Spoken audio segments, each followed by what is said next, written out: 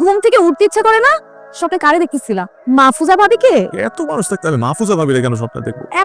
এই উঠো উঠো উঠো, ফ্রেশ হবা, উঠো। নাদিয়া, ইউরমা, কি রে, কি সমস্যা কি?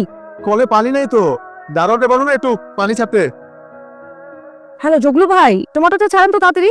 সুমিত লাগবে আসতে, আসো তারপরে ছাড়ো। কোন কি আমি বাথরুমে বসে থাকবো না? তো আমি এখন কি করবো? আমি রুটি দিয়ে আসছি, আমার রুটি দাও করবে এখন।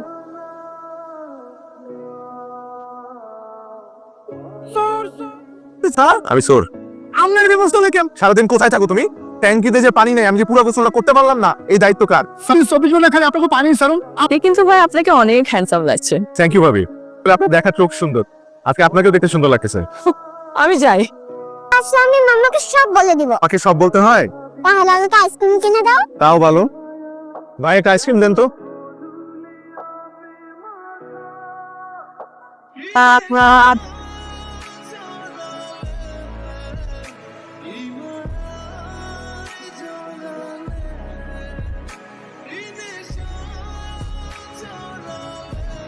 এই দুটা ফাইল অ্যাকাউন্টে দিয়ে দিই। আসবো আয় না। রমন ব্রাদার্স থেকে আমাদের আর মাল নেওয়া ঠিক হবে না। বলো বন্ধ করে দে, আমাদের জিজ্ঞেস করতেছিস কেন? তুই অফিসের মালিক, তুই ছাড়া কিভাবে কি? আগামী মাসে মালয়েশিয়া ট্যুরটা সেট করে ফেল। এবার কি বলবি? Company tour? তুই আমার একমাত্র বিশ্বস্ত সাইনবোর্ড। বলো। আসার সময় একটু কচুর মুখে নিয়ে এসো তো, দেখো তো ইলিশ মাছ পাওয়া যায় কিনা। মানে তোমার কাছে টাকা কি আছে? না, টাকা হবে, অসুবিধা নেই, আনবো। সামিউল ভাই ছিল বলে চাকরিটা পাইছো, চাকরি গেলে কিন্তু সহজে চাকরি পাবা না। তুই এত বড় একটা কোম্পানির মালিক, কিন্তু বাসায় বলিস তুই এটা কর্মচারী। এর কারণটা কি বল? কারণ আমার কাছে মনে হয় প্রাচুর্য মানুষের সুখ শান্তি কেড়ে নেয়। কিভাবে? তুই জানিস, আমি ইচ্ছা করে দেরি করে ঘুম থেকে উঠি। যে আমার সকালটা শুরু হয় আমার ওয়াইফের সাথে দুষ্ট মিষ্টি খুনসুটি। এই দরদটা থাকবে না যখন ও জানতে পারবে যে আমি অনেক টাকার মালিক। আমার মা আমার কাছে ছোট ছোট আবদারগুলো করে। আমার মেয়ে প্রতিদিন সকালবেলা আমার হাত ধরে যখন স্কুলে যায় তখন এটা ওটা কেনার বায়না করে। আমার ওয়াইফ যখন জানতে পারবে যে আমার অনেক টাকা, তখন কি স্যার রান্না করার জন্য রান্না করে যাবে? এগুলো কিচ্ছু থাকবে না যখন তারা জানতে পারবে যে আমি অনেক টাকার মালিক। আমি চাই না আমাদের মধ্যবিত্তের সুখ প্রাচুর্যের কাছে হেরে যাক। তোর ভাবনাগুলো ফেলবার মতো না। টান টান উত্তেজনা। এই পেঁয়াজু করছো? তো আগেই না সবাই রাতের খাবার খেলো। আজকে কিন্তু ব্রাজিলই জিতবে।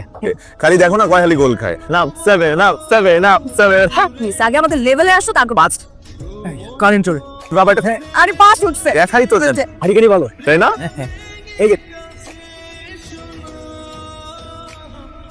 রেস্টুরেন্ট কি বন্ধ? এখন বুকড আছে।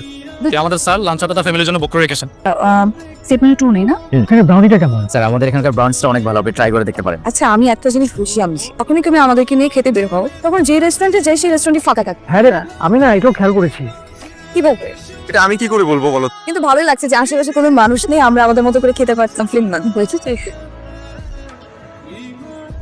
আসসালামু আলাইকুম স্যার। স্যার আপনি এখানে? সামিউল স্যার এটা কোনো কাজ করলো? ওই কোম্পানির ভেন্ডরের লিস্ট থেকে আমাদের নামটা বাদ দিয়ে দিছে। আপনি একটু কথা বলে দেখেন না যদি কিছু করা যায়। বোকা বন্ধু আমার। ভাই তুই সামিউলে গিয়ে স্যার কর, আমাদের স্যার করিস না। দেখা হয়েছে এতদিন পর, বুকে বন্ধু বলে জড়াই ধরছি, কমন সেন্সটা কাজে লাগান। তোমার সাথে পরিচয় করাই দিই। আয় না স্যার, বন্ধু আমার পেটটা একটু ব্যথা করতেছে তো, বাসায় তাড়াতাড়ি যেতে হবে। ও তাহলে বাসায় চলে। আমি বুঝলাম না। কথাটা বুঝাই বলতেছি তোমাকে। এই লোকটা তোমার বন্ধু? হ্যাঁ, আমার এক বয়স্ক বন্ধুরে নিয়ে পড়ে আছে।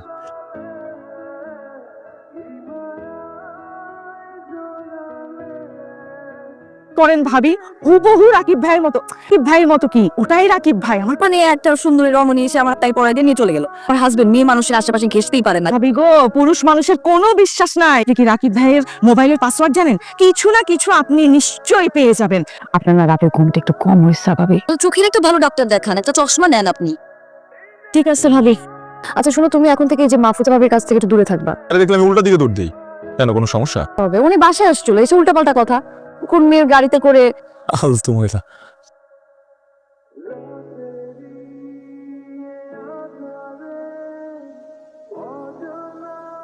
আজকে আমাকে নিতে আসতে হবে না, আমি আমার মতো চলে আসতেছি, আপনারা আপনাদের মতো চলে যান। ওইদিকে চলেন। হ্যালো ভাবি, আজকে আমার সব সন্দেহ দূর হয়ে গেছে ভাবি। আমি আপনার বাসায় গেছিলাম ভাবি, তাড়াতাড়ি আসেন, আপনার সাথে আমার অনেক কথা আছে ভাবি গো। আমি শিওর ভাবি আপনার সংসার ভাঙছে। আমি রাকিব ভাইকে ফলো করছি, আমি যে ফলো করতেছি এটা উনি বুঝতে পারছে। তাহলে রিক্সা দিয়ে যেদিকে আসছে আবার ওদিক দিয়েই চলে যাবে। মেয়েটাকে মনে হয় ফোন করে মানা করে দিছে। অফিসে গিয়ে দেখেন নিশ্চয়ই রাকিব ভাই আজকে কোথাও ফোস নষ্ট করতে গেছে। আমি মিস্টার রাকিবের সাথে দেখা করতে আসছি। রাকিব। ও শিওর ম্যাম। ভাবি আপনি এখানে ও ভাই আসলাম। আসেন মা চলো এখানে আচ্ছা। This is absurd. রিপোর্টে অনেক ভুলভাল আছে। ভূত দেখছিস নাকি? আরে তার থেকেও সিরিয়াস ভাবি আসছে ভাবি কোচ অফিসার শুনলাম তো জানি না। আপনি এখানে আসেন। আরে যা বলতে সেটা করেন না ফাস্ট করেন ফাস্ট ফাস্ট তামিল ভাই। আরে তুমি না, বললাম না ভাবি তোকে সারপ্রাইজ দিতে আসছে কত বড় তুমি চলো তোমার রুমে গিয়ে বসি। অপেক্ষা করে কি হবে তুই আর ভাবি বের হয়ে যা না এখনই আমার অফিসে তো অনেক কাজ। আমি সব সামলে নিব আমাকে আল্লাহ হাফেজ ভাইয়া। কি করতেছো তুমি? আরে তুমি গাড়ি ধরতেছো কেন? না মানে না, আমি আসলে হুট করে চলে আসছো না। সামিল গাই না? জি স্যার, তামিল গাইতে উড়ে যাচ্ছিলাম। সামিল স্যার বলছি ম্যাডাম নিয়ে গেতে যেতে স্যার। সকাল থেকে ছেলেটার মন খারাপ। কেকটা আনা হয়েছিল সেটার পছন্দ হয়নি। ছেলেটা তো জিদ্দি হয়েছে না। মানুষের জেদ থাকার দরকার আছে। জেদ না থাকলে তোর হাজবেন্ডের মতো সারা জীবন ম্যানেজারই করে দাও মা, জুনায়েদকে গিফট দাও। তোমরা আবার এসব গাড়ি টাড়ি আনতে গেলে কেন? ওর মামা আমেরিকা থেকে একটা ড্রোন পাঠিয়েছে। চলো বৌমা, কেকটা কেটে দিলে। আর কতদিন এরকম অন্য চাকরি করবা? চাকরের মতো কাজ করা। দুজন বাবা, দেশে শুধু চাকরিজীবী পাওয়া যায়, উদ্যোক্তা আর পাওয়া যায় না। কিন্তু এখন সিনিয়র ম্যানেজার। সিনিয়র ম্যানেজারের তোর জামাই কয় টাকা বেতন পায়? 1.5 লাখ টাকা। বাকিটা জীবন এরকম উদ্যোক্তার মতো কাটা দিও না। ব্যবসা ছাড়া কিন্তু আগানো যাবে না। হ্যাঁ, ইও আমার ট্যাপটা ভেঙে ফেলেছে দেখো। এটা তুমি কি করছো পিউ? তুমি জানো এটার দাম কত? হ্যাঁ, বাচ্চা মেয়ে আসো তুমি আমার কাছে। ভাবিরা কি পরিমাণ অপমান করলো সবার সামনে। এই খেলাটা নাকি আর একটু দামি খেলা তো কিনে দিতে পারতাম। সবসময় সামির ভাইয়ের উপর ভরসা করে থাকি। যখন প্রেম করতে যে নাদিয়া তোমাকে আমি কোনোদিন কোনো কষ্ট ফিল করতে দিব না। সবসময় আমি তোকে সুখে রাখবো। আমার কুলার এখন তুমি যাও, কোনোদিন যেন না দেওয়ার সঙ্গে তোমাকে না দেখি। আঙ্কেল, আমি তো আমার কথা শেষ করতে পারলাম না। আমার ধৈর্যের বাঁধ ভাঙার আগে তুমি চলে যাও।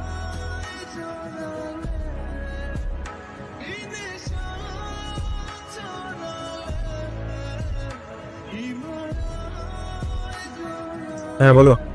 তুমি নাকি নতুন একটা ট্যাব কিনে জোনাইদের জন্য পাঠিয়েছো। তুমি টাকা কোথায় পাইছো ট্যাব কেনার? টাকা সামিও দিছে। আমি জানতাম এটা সামিউল ভাইয়েরই কাজ হবে। কিন্তু একটা দুঃসংবাদ আছে। ভাইয়া তো মহা বিপদে পড়ছে। চায়না থেকে কি নাকি ইম্পোর্ট করতে চাইছিল, এজন্য তো বাড়ি মর্গেজ লাগছিল। তুমি জানো 6 কোটি টাকার প্রোডাক্ট ছিল এখানে। কি ফলস ডিক্লারেশন ছিল, এজন্য নাকি প্রোডাক্ট সব আটকায় দিচ্ছে। থেকে কত পরিমাণে প্রেসার আসবে। তাহলে তো বড় বিপদ। মামা আপনাদেরছে আপনাদের বাচ্চার হার্টে একটা ছিদ্র আছে, ওটা পারে ওকে ঘাবড়াবেন না। আমাদের এখানে চিকিৎসার ব্যবস্থা আছে। ওর ওপেন হার্ট সার্জারি করব। Open heart? টাকার ব্যবস্থা হয়ে যাবে। আপনি প্লিজ আমার মেয়ের অপারেশনের ব্যবস্থা করে দিন। আসি ট্যাক্স আমিও ভাই। তার কাছে যাইতে হবে, তার কাছে চাইতে হবে। আমি তুমি কি চাইতে পারবে না? তাই তো লজ্জা লাগবে তোমারও। আমি তোর তার সাথে কথা বলবো।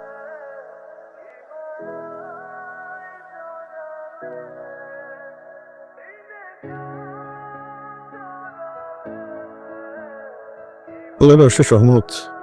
ভাবি পিউ এখন কেমন আছে? সামিউল ভাই, আপনি যে উপকারটা আমাদের করলেন, এই ঋণ আমরা শোধ করতে পারবো না। সামিউল, আমি একটা কথা আপনার কাছে গোপন করেছি ভাবি, তার কোনো কিছুরই যোগ্য আমি না। আমি ওর জন্য কিছু করিনি, আমাকে কিছু করতে হয়নি। যা কিছু করার রাকিবই করেছে। কি করেছে মানে বুঝলাম না। আপনি যে কোম্পানিটা দেখেন সেই কোম্পানির মালিক আমি না, আমি কর্মচারী, রাকিব মালিক। সে যে এত বড়লোক ভাবে সেটা কাউকে জানাতে চায় না। রাকিব এগুলো তাহলে ওইটাই সত্যি। সামিল যা বলেছে সবই সত্যি। 6 কোটি? আপনার ব্যাংক লোনের পরিমাণ তো এটাই ছিল নাকি? আপনি শুধু নাদিয়ার বড় ভাই না, আপনি আমার বড় ভাই।